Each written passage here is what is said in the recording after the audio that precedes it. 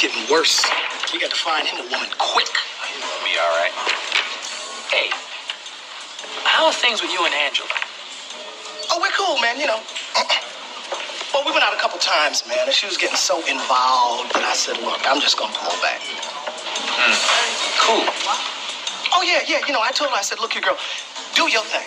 See other men, because I'm gonna see other women, you know. I just didn't want to break her heart right off, you know. I just pull out easy, you know. Okay, good. So you don't mind if she goes out with other guys then? Oh, hell no. What? Oh, you thinking of hooking up with Tyler? No, nothing like that. Why you asking, man? I was just curious.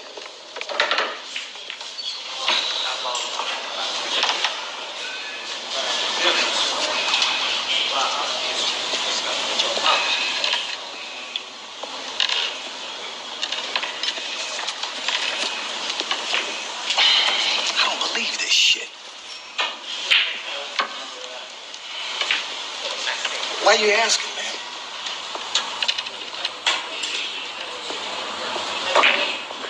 You can't even look me in my eye, can you, Marcus?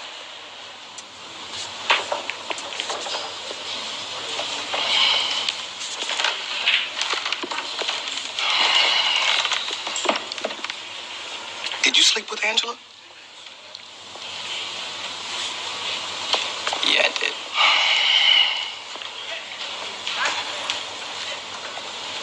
Why do you always have to have all the girls, Marcus? Just said a couple seconds ago you didn't care who she went out with. Now you find out it's me and you're flipping, you know? You're being a hypocrite. I don't want to hear that bullshit, man. This is different. Angela is a nice girl. So I can't be with a nice girl? No. Because all you're going to do is dog her out like you do every woman in your life. Okay, tell me this, man. Why Angela? What, she has nice feet? Oh, it has nothing to do with her feet or anything like that, man. I care about this Man, girl. you don't care about nobody but yourself, man.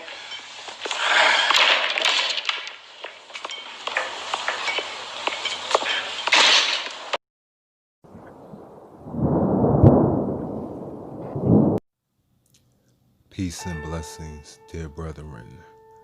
This is the Black-Pilled Apostle, giving nothing but good news to the blue-pill man, going through the jungle female nature, as well as the red-pill man, who have simply lost his way.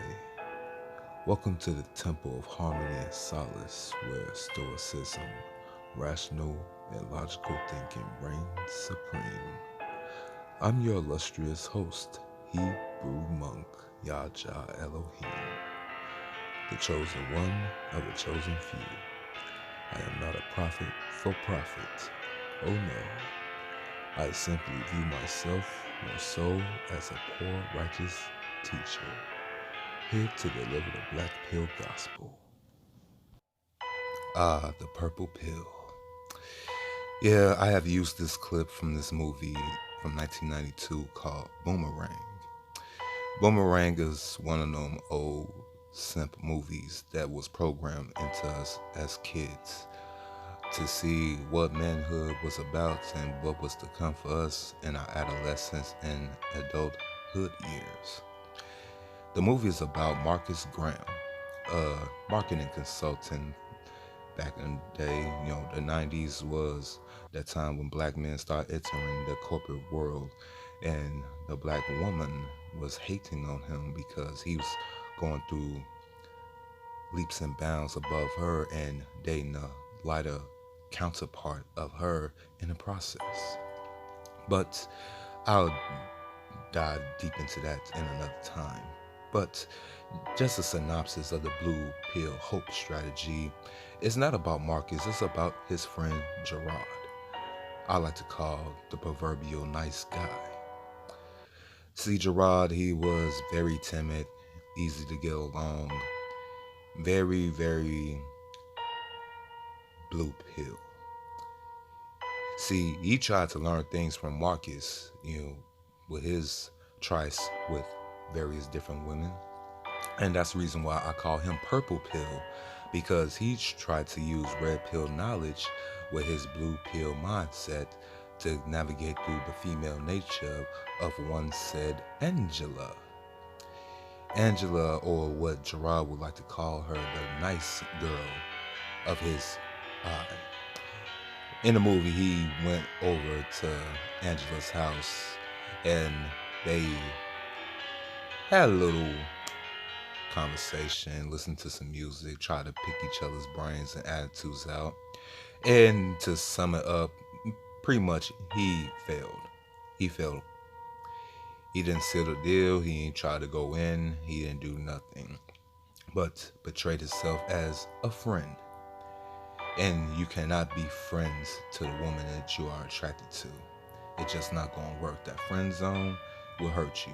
And it hurt Gerard in that scene when he found out that Marcus, the red pill alpha, the dog, the Mac, the player, conquered Angela. But he did not fully understand, like, why would she go with him? See, Gerard, or Monkey Simp, like my man CGA, Coach Greg Adams would call him. Marcus displays confidence. He displays assertiveness. He displays masculinity. As smooth and diabolical as it is, he conquers what he sets his mind to. You, on the other hand, Gerard, you are probably going to cry in the car, go back home, listen to them old Boyz II Men songs and everything on bended knees, probably beating your meat, cursing Marcus all 3 times a Sunday because he took something that you thought belonged to you. But these women do not belong to you, Gerard. They belong to the streets. And speaking of Marcus, his Achilles heel was a female version of him by the name of Jacqueline. Jacqueline was played by Robin Givens when she was still hot and subtle before the wall smashed her or Mike Tyson fist hit her, whichever came first, who knows.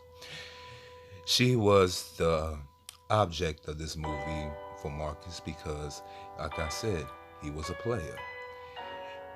Before the film, he must have had a plethora, or as I say, a track record of being said player. And Jacqueline was acquiesced about him the very first they met. Yeah, she played hard to get. Yeah, she was checking him out and trying to study him, but she eventually caved because Marcus was that man. And then here comes Angela. Angela, the nice girl. The one that nobody ever suspects. The nice girl is just like the nice guy. But the difference is about the nice girl, she doesn't have to go through the nice guy problems. Nice girls necessarily don't finish last. Most majority of the time, if they play their cards right, they actually finish first. But they get called pick-me's and all that good stuff. But Angela, she went to the source. She went to Jacqueline after she had conquered Marcus. Now, you hear what I said. See, Marcus didn't conquer Jacqueline. Jacqueline conquered Marcus. As much as Marcus might think he's a player, we see what happened during the film. He kept chasing her after he got one sniff. It took that one BJ to put him back on the plantation of simphood. Damn you, Marcus. Damn you. But Angela went straight to the source with Jacqueline, and they were discussing Marcus' philandering ways, and you could tell in the scene in the movie that Angela was more, how should I say this? She was more bound to find out for herself than anything else about anybody else. Especially, sorry Gerard, you did not get the kitty mix wet that night, and you probably never will. Now, the hope strategy. The hope strategy is the blue and red pill conundrum. When the nice guy / incel, like myself, I call myself an incel, maybe a vocel, doesn't matter. A cell is a cell. Anyway, the nice guy / incel uses red pill knowledge. He might go through the manosphere, pick up, write down some things that he might use with his pickup game or learn from pickup artists in that nature. And the successful part of being an incel nice guy using the red pill knowledge is that you'll learn, you'll try and fail, you might actually succeed. Then you might adopt pattern and keep on trying to you formulate the new version of yourself that's not an incel, that's not a nice guy. And unsuccessfully, you learn all that stuff and it doesn't work for you and go right back to the drawing board. Yeah. And the latter happens more than the former. Sorry to tell you. It does. It really does. Or you could be the Pookie and the Chad using blue pill methods for your success or not success when the time for you that you want to settle down, find that one true lady love, you know, get that white picket fence, 2-car garage, nice house in the suburbs, a couple of chillings. But success rate with this one is actually higher than the latter. But the thing is though, you end up losing your identity as a red pill man, going through the purple pill transformation. I don't know, would you be still considered a red pill man in marriage, but you'll definitely become a blue pill man once you do get married. Sorry, I don't make the rules, it's just the way I call it, I see them.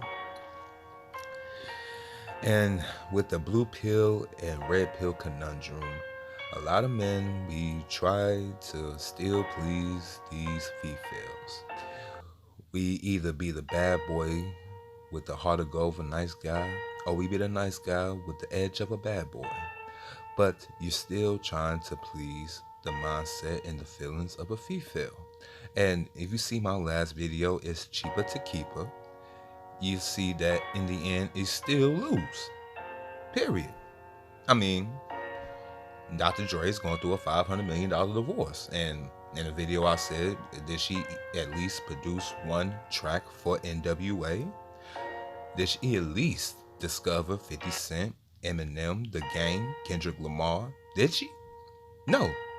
No, she did not. But Cheeseball walk away with $500 million. The hope strategy.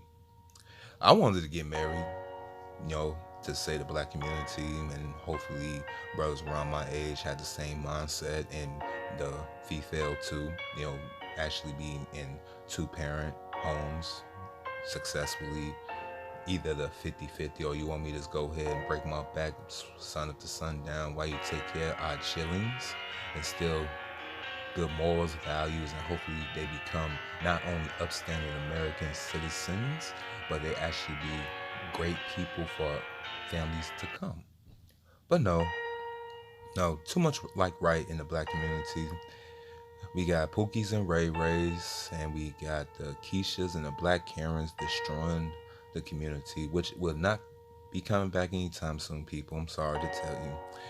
With COVID-19, we are going into global communities. That means multiracial communities. So that identity of just being black and blacks alone is over with. Get used to it, especially here in my city of Inglewood, Chicago, Illinois. We already have some people of the Latin culture moving right in, and they are pushing the people of Dr. Hughes right out. The purple pill, the hope strategy. Why play hope? We have seen a good, functioning, upright, morally couple in the last 40 years.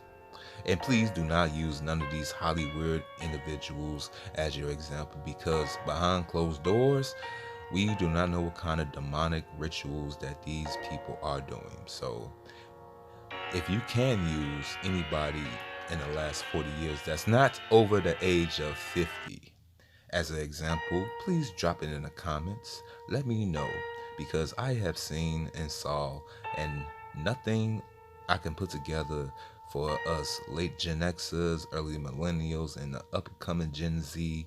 Relationships are dead. Baby mama, baby daddy culture has been running rampant for the last 30 plus years. We don't have, majority of kids don't even know who their daddies is. And some rare occasions, even their own mothers. You know, mother is the sister and sister is the mother until you find out when you're about 18, 19 years old. That probably been there in the community for a long time, but it used to happen nonetheless. The purple pill, the hope strategy. I would like to thank you for listening to this anecdote of mine that's been in the back of my head.